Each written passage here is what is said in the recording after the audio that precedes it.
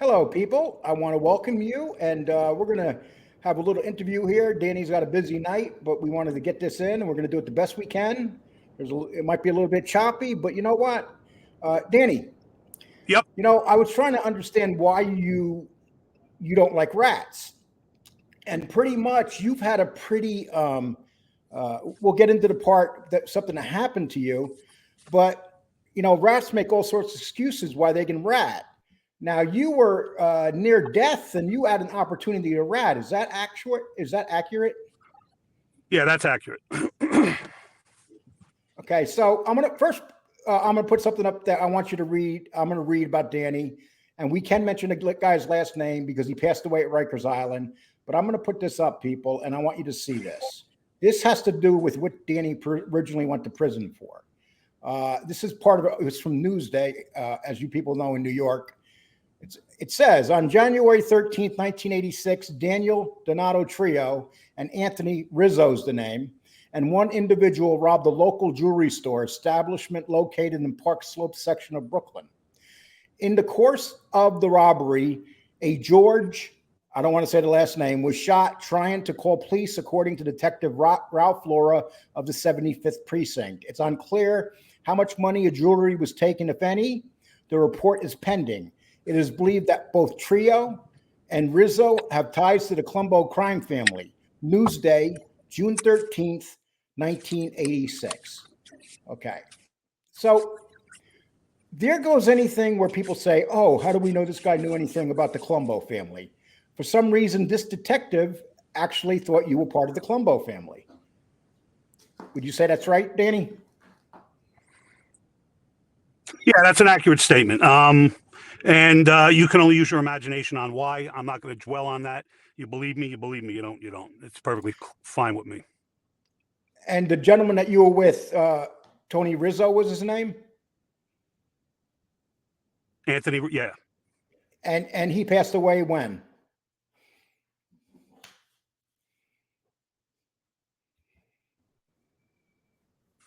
Anthony passed away. Hey, we're going to have to do this. We're probably going to have to do this from your house. You're breaking up again. Yeah, it's no good. Really? Yeah, this is a very, I don't want to screw this up because it's a really good story, and right, what about now? Yeah, still the same thing. I just think it's where you are, your phone. It's not much you can really do about it. Okay. All right. Will you be in front of a computer tonight? Well, my son is going to be, probably not, because my son, he ain't going to get done till 10 o'clock tonight. And, I don't know. I might be. We'll see what happens. Okay. Well, now you're coming in. Okay. Who the hell knows? All right. Are you stopped? You know what it is? Yeah, I am. What is it? If you want to try to continue, I'm more than happy to do it. Okay. We'll continue right now. Okay. So this guy, Anthony Rizzo, you guys didn't get caught right away when you did this, right? Well, we got caught. I got bailed out, and then I went on the lam. And was the guy still alive that you shot when you got bailed out? Yes, that's why I was able to get bail. And was he in critical condition all that time? He was. Okay. And, you've said that you regret of course you regret what happened. But your story gets even more interesting, Danny. So you go to prison and how much time did you do once you went to prison for that shooting? A total of 18 and a half years. Now, when you got out, you did what a lot of guys do. It seems like you went back to your old neighborhood. And, I did. And you kind of jumped right back into the thick of things. Would you say that's right? Yeah, I did. I was on parole at the time, and the day in question that we're going to talk about, I just left DeKalb Avenue, and what happened was I went to Bayridge to see somebody, and if you want to take it from there, I'll answer any questions you have. So, what day was this that we're about to talk about? And this is the day that Danny got shot, and we're going to talk about. It was a very serious thing. So, Danny, basically, this was a revenge shooting, and these were we're not going to mention no names because The people are still alive, and this is a past of their lives that they're both trying to move on from. So Danny, you hurt somebody, and so they came back at you. Would you say that's what happened? Yeah, I got into a confrontation with a guy. His father was an associate of a different crime family, and I beat him up pretty bad with a baseball bat, and that was the end of that. So I thought. Many years later, when I got out, um, I was in Bayridge, and people knew I was out, and was getting out of my car, and subsequently was shot twice in the stomach. Now, when you so this guy was basically angry for something that happened many years before. Well, of course, I embarrassed him. You know, it was in a social club, and there was a lot of other people involved, and it was a bad situation. And you know, it's amazing. I've been hearing about a lot of bad things happening in social clubs lately. They're not exactly safe zones, are they? Not at all. They're supposed to be, but I've been hearing about shootings in social clubs, and something like this happens in a social club. So how long did this happen before you did the robbery? Oh, this was in 2007. Oh, 2007. Okay. So it was afterwards. It was out when you got out, and you still were out in the street. Yeah. Okay. So you're pretty active at this point, doing stuff, I guess, trying to make money, because you basically are out of prison. You have no money, so you're doing what a lot of guys that are in your life want to do. Now, the day you got shot, did you expect anything? Like, was there a word around the street that this guy was gunning for you? No, you know, in hindsight, you know, you move on and you don't think about that, unfortunately. And there was certain people that knew that I got out, and through the grapevine, he heard that I got out, and apparently, these two people were following me, and they found out where I was in Bay Ridge, and they just waited for the right time, and they almost succeeded. So you were basically where part of Bay Ridge were you in when this went down? I was on 4th Avenue. So you're getting out of your car, and you don't see anybody coming up? No, I was actually going to see somebody to pick up something, and what I was going to pick up was some money, and there was a car double parked. I went around the other car and double parked my car, and there was a car that I was double parked next to, and as I was getting out, they pulled in front of me. My back was turned, and I looked to my right, and all I saw was somebody shooting at me. And did you feel the first shot, or the first bullet that hit you? Yeah, I felt like I got burned. That was the feeling. And then I got hit again, and that's what I felt.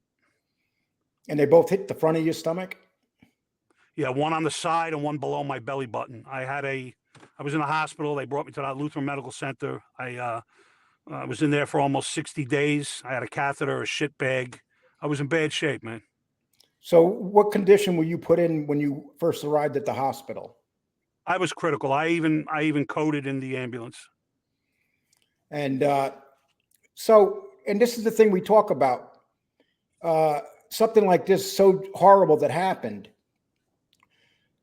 So you're thinking revenge, and then you have a small kid, and so you're my son. I'm sorry.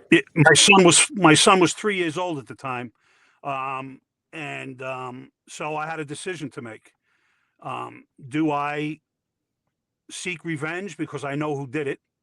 I had detectives come into my hospital room after my operation to remove whatever fragments were in my stomach or whatever bullets were there. And this was about 13 or 14 days later. And I had two suits walk into my hospital room wanting to know if they can speak to me. And the first thing I told them was, I don't know what happened. They asked me if it was a robbery. I said, I don't know what happened. I got out of my car. The next thing I know, I'm in an ambulance. They asked me if I had any enemies. I said, I just got out of prison. He said, we're well aware of that, but do you have any enemies? I said, everybody has enemies. What am I going to tell them? I said, I don't know who did it. I don't know anything. And not only that, I was, you got to remember too, I was really, I was on fucking whatever pain medicine they were giving me. I was split open from the bottom of my sternum all the way down below my belly button. I was filleted because I had two entry wounds in my abdomen, and the blood and everything that was inside of me, and they drained me. I had plugs in me. I was essentially in bad shape, and for the grace of God, if that's who you believe in, I lived. So okay. So, and this is why we talk about rats. These rats, they all give reasons why they ratted. At that moment, you were angry. You could have just ratted just for the revenge of putting someone in prison for your shooting. And in a way, you wanted your own personal revenge. Would you say that's pretty much the case? Yeah, the satisfaction is to do what they did to me. Fuck a rat. You know what I mean? What am I going to get out of a rat? Uh, And what I mean by that is, what am I going to get out of telling the police, who I despise, oh, yeah, by the way, Abbott and Costello shot me. right. I wasn't brought up that way. It's not in my DNA. And this is the moral of the story. You guys don't have to believe this. I get it. But I'm trying to tell you something real. And the reason I'm telling you this is because these guys that you emulate in these comments, and these guys that you put on a pedestal, that they're, the best thing to happen to organized crime, these are cowards. And they're self-serving individuals. Everything needs to revolve around them. Okay. And by them ratting, okay, they're fortifying their position to get out and to live their life, And if you think that's fair, you're crazy. If they're allowed to go out and commit crimes, okay, and then come on a forum and brag about them, what do you guys think about that?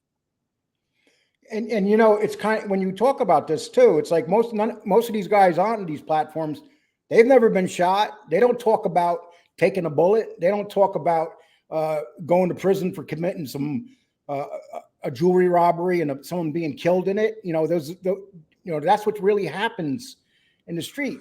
Maybe Larry Mazza has the best story out of them, if he actually, because we know that Larry Mazza actually hurt people.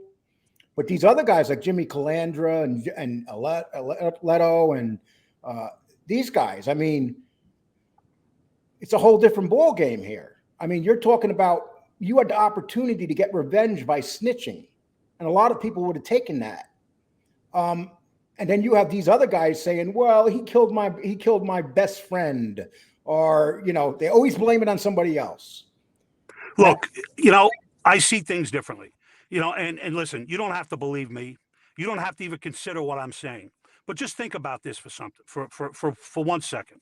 All right. If you're in that life, all right, and you're a street guy and you're on the street and you're hustling and you're doing this, that, and the other thing, right? And somebody comes on the block to rob you or hurt you, what are you going to do? You're going to look to hurt them, correct? Yep. Secondly, if somebody comes to you, okay, and says this, that, and another, that what they're going to do or how they're going to do it, and whatever. I don't understand how these guys can be tough, in the street, quote unquote, tough in the street.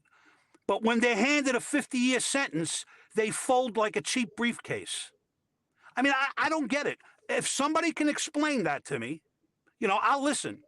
But listen, if you're out in the street and you're killing people and getting fucked in the ass or whatever else, okay, and you decide to rat, why should you be held at high regards? Why should you have a book to sign to distribute to all the fanboys? I mean, I'm just curious. But everybody on these platforms seems to idolize these cowards, and that's what they are.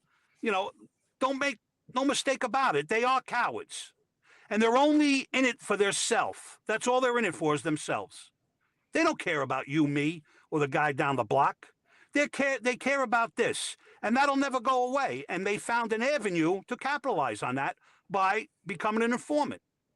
After everything you've been through in your life, is there much you fear? Nothing. Hey, listen, everybody has fears. I wake up in the morning just like everybody else, put on my clothes, wash my face, whatever, brush my teeth, and I go about my day. Okay.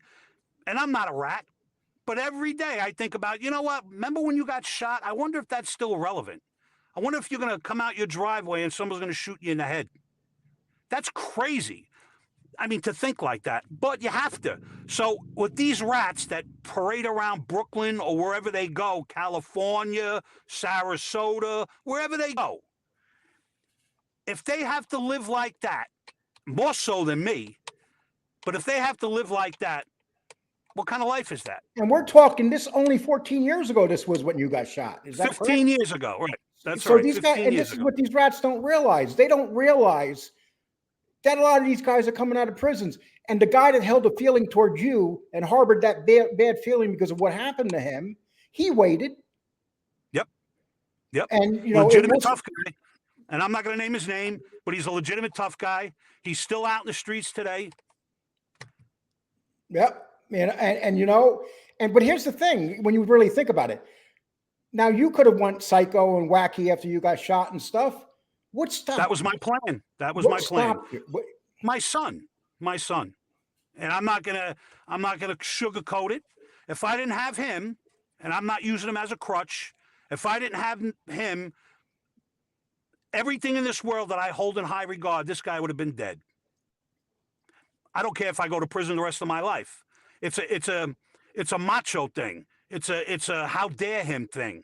It's a he got me thing. Is that smart? Absolutely not. But if you're brought up that way, an eye for an eye, you don't know any different. I wanted to maim him. But Tony, let me ask you a question. I'm sorry, I called you Tony. Wow, Tony Pizza. Yeah, Danny, let me ask you a question. Do you think, though, maybe he had that right to harbor revenge himself after what you did to him? Absolutely. I would do the same thing. So it was just two really tough street guys that, hey, it goes back and forth. It just so happened you had a young son. That's the only savior right there. Because before I went in, I didn't have no kids. You know, I was able to conceive a son in prison. And, you know, for whatever it's worth, that was my saving grace. And, you know, I struggle with this every day. Even though I have what I have, in some aspects, I feel empty because I didn't do something. And that's hard for me, you know. But don't you think he had the same feelings after you did what you did to him? I didn't give a fuck about his feelings. You know, it was all about me. Right. And I'm not embarrassed to say that. You know what I'm saying? Oh, well, at least you admit it. That's what it's Yep. like you said, you're two legitimate tough guys in the street. And, you know, usually there's a very bad ending to this. And two bad things happen, one to him and one to you, where either one of you could have died from it. Would you pretty much say that's correct? Well, I was I was on death doors. That's a fact. So, hey, yeah, I agree with you wholeheartedly. Do you ever think that maybe getting shot saved you more than it killed you? In hindsight, of course, you know, but you know, you don't think about that. You know what I mean? But in hindsight, it absolutely did. You know, I'm not in New York no more. I'm in Florida. I'm enjoying my life, and you know, in hindsight, if I didn't have my son, I would be in prison for the rest of my life.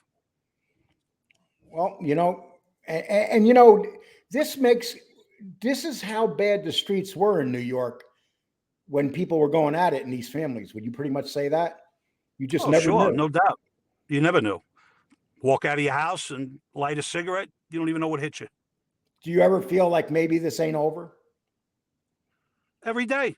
But, you know, I can't live my life worrying about it. I got to move the fuck on. And listen, whatever happens, happens. I mean, I can't control what's my destiny. I can only live my life like an alcoholic or a drug addict, one day at a time. And now the detectives that got involved in this and they came and asked you, do you think if you gave them evidence, you had enough evidence where they would have been arrested for this shooting? Listen, Lee, I knew where they were. I knew the father. I knew where they hung out. They didn't come once. This was an ongoing thing. I would be eating dinner, and all of a sudden they'd walk in the room. This was not just a simple, hello, how are you? This thing went on and on and on, you know? And again, The last time I spoke to them, I said, "Listen, you're wasting your time. I don't know what happened." They seem to feel they knew what happened. Don't ask me why. Maybe I'm misreading them, but their whole demeanor was they felt they knew what was going on. That's my train of thought. Well, you know something. You sent me a picture. Well, you sent me a picture of you. Well, you put one out on Facebook today. Is that your pool that you showed? Yeah. So here you are. You pretty much come out of prison. You're broke. You're in the streets. You get gunned down. You're laying in the hospital, probably without a pot to piss in. And I mean, when you left the hospital at that point, I know I couldn't even walk. you so where did you go from that point? Did you have to go to someone's house to stay there to recover? My relative's house. Yeah, absolutely. At that time, my aunt was living on West 13th Street and Quinton Road, if anybody knows the area, by Del Rio Diner. And how long did it take you before you felt like you were getting your energy back after being shot? Almost, like almost a year. I had a catheter and a shit bag for almost 6 months. Are They you didn't still? think. I'm sorry. I'm sorry. They didn't think that I was going to be able to resume bodily functions again, as far as sexual or going to the bathroom. I was in bad shape. And do you think that when they shot you and they walked away, they figured you were dead? Oh, absolutely. They hit me with a 9mm. And with two bullets in Two. your mid Yep. level, so those are usually kill shots. One on the right side of my belly, and one right below my navel. How close were these shots to vital organs? They messed up my intestines. I don't have a normal intestines. I have some digestive issues. I have a lot of issues. And I'm not going to be graphic, but if I go to the bathroom, I could feel everything. In other words, not like you would go to the bathroom. I can actually feel it traveling. So it's kind of, and I don't want to be, graphic, but it's weird. I have a lot of problems. And these guys that fantasize about being gangsters and stuff, how many other guys do you think wound up in your position where they got shot and they lived, but they suffer like you're suffering now, your physical? Well, there's not many. A lot of them are dead. A lot of them are just they're in bad shape. I don't know. You call it luck. You want to believe in Jesus Christ and he was my savior. I have no idea. But for whatever it's worth, I'm here. And I have to acknowledge that and move on. And that's what I'm doing. And so, like today, you were telling me you got some stuff planned with your son, and you're doing stuff that a father wishes he could do once you're not doing it no more, and you're trying to get. You were talking prom, we're talking all this stuff. I mean, do you ever look at yourself and say, "I can't believe that I'm here, that I've accomplished this after everything in my life"? Every day, every single day, every day. I look in the mirror and I shake my head because, I don't know what, I don't know, divine intervention. I have no idea. You want to believe it in Christ and say it was a God's intervention. If that's what you believe in, I could buy that. I don't listen. I don't begrudge anybody. But the thing that bothers me is how people can get on these platforms, and I'm not going to keep repeating or beating a dead horse. Can get on these platforms and idolize what they do as far as ratting, and I have no tolerance for that. I just don't. You're out in the street killing people, but then you want to be on a platform telling you how good of a person you are. And listen, I'm a piece of shit. I did a lot of bad things in my life, so I'm not claiming to be almighty God. I'm a jerk off. But I'll tell you one thing, a rat I'm not. And when we get back to the jewelry heist that you pulled, did you guys actually get out of there with money and stuff after the shooting? Yeah. We got out of there with about $30,000 in cash and a little under $18,000 worth of jewelry, more or less. Did you have to kick any money? I'm not going to say that. Okay. Well then, okay. And so this article that came out and said that you and Rizzo were considered associates of the Colombo family. So basically, were you an associate of the Colombo family? Well, I'm not going to call myself an associate. That word seems to bother people. I'm going to say I was around people, I did work with people, and that's the bottom line. You interpret it any way you want. Now, when you look and when you think about the Colombo family, they had a lot of issues, especially with being organized. And then they had the war within themselves. Were you involved at all when they were fighting each other? The two parts of the family there. No. Okay. Okay. So you basically that's where you just stayed out and did what you Well, had to that do. obviously, yeah, that obviously snowballed after me. So I was in prison, but there was a lot of friction on the street, and it was what it was. You got to remember that's the time Carmine got convicted along with the commission, and they were handing out time like jelly beans. Did you ever meet Caroline Persico? No. Okay. So who did you meet that you're allowed to say that Well, were I'm gonna give you two names, and you can look them up. Jimmy Gooch, made member of the Colombo crime family, and Bobby Bibbs. Bobby Bibbs had a jewelry store on Bay Parkway, if anybody remembers, right across from the Wiz. So if you guys remember that, you might know who he is. And there's a few other guys that I'm not going to mention. Um, I respect them, and I'm not going to put their names in. Bobby Bibbs is dead, and so is Jimmy Gooch. and that's why you mentioned them. I can definitely understand that. And you know what? The real people that understand know those names. They're very big names in the family. And that I've heard from a buddy of ours, if you know who I mean. But those Yeah. were names that were very, very recognizable. And you know, you're like a fountain of wealth. I mean, we meet, we start, we're slowly getting to know each other, and there's things that you hold back, and then you put things out. I'm like, what's he going to put out tomorrow? That Well, you got to understand something. I don't want to sound a certain way. And what I mean by that is there's guys that I can mention, but I'm not going to do that. And you guys can rip me apart. You could say whatever the fuck you want to say, because you know what? It don't matter to me. I respect these guys, and it is what it is. I'm not gonna say anything about them, and whether you believe me or not, that's your business. And there's a lot of comments. I'm phony. He's just on here to do. That's fine, because again, I'm not gaining anything by this. This is not what I do. So you can keep coming with the dumb comments and everything else. It doesn't bother me. well, why should it bother you? You were laying in the front of your car with some bullets in you. I It mean, doesn't bother me. uh, you know, Not at and all. so after you got shot, did you fall into the car? I mean, or onto No, the ground? I was exiting the car. I opened up the door. My left leg was coming out of the car, and then that's when I got hit. I fell on the street. Well, actually, I didn't fall immediately. After the second shot, it dropped me. And when you got dropped, were you around people around that seen you get shot? I have no idea. I was told that the lady that the car that was double parked, the people that she was visiting called 911. They were a Spanish family, and And 911. subsequently, their son became a New York City police officer. Oh, really? So that phone call probably saved your life. And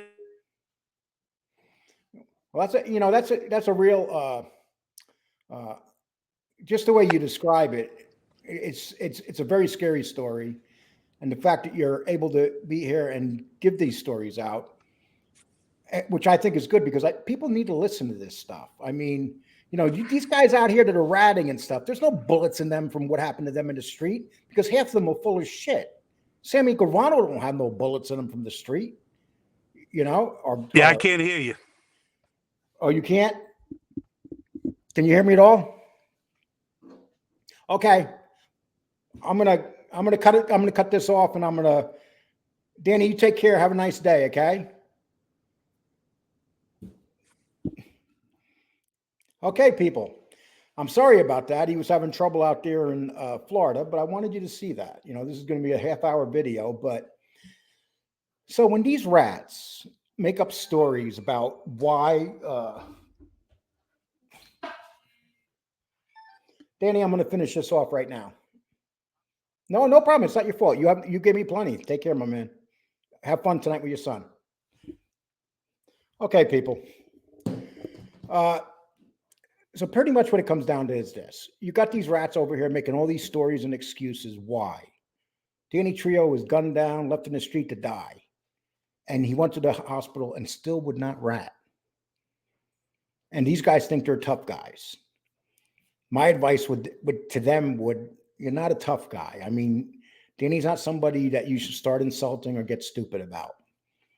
A man like that, you know, he has a lot of friends to this day, but he's cleaned up his life. His life is about his son. And so I hope this makes people see things a little bit clearer. Because when Danny first came on, you know, people were like, oh, why is he yelling? Why is he screaming about rats?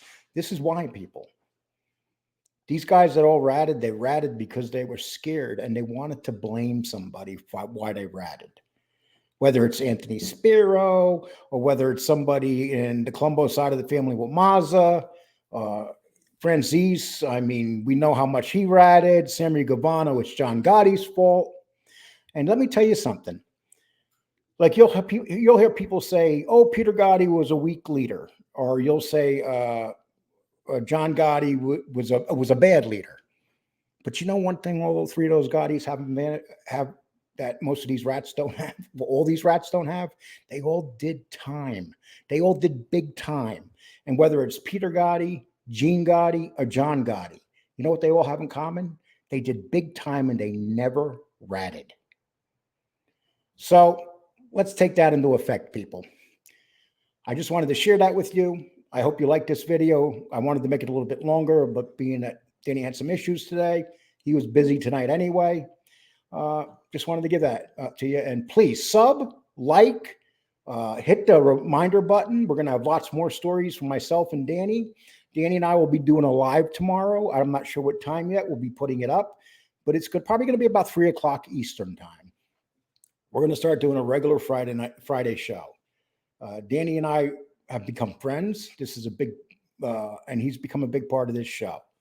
Well, everybody, you take care, and thank you all very much. Take care.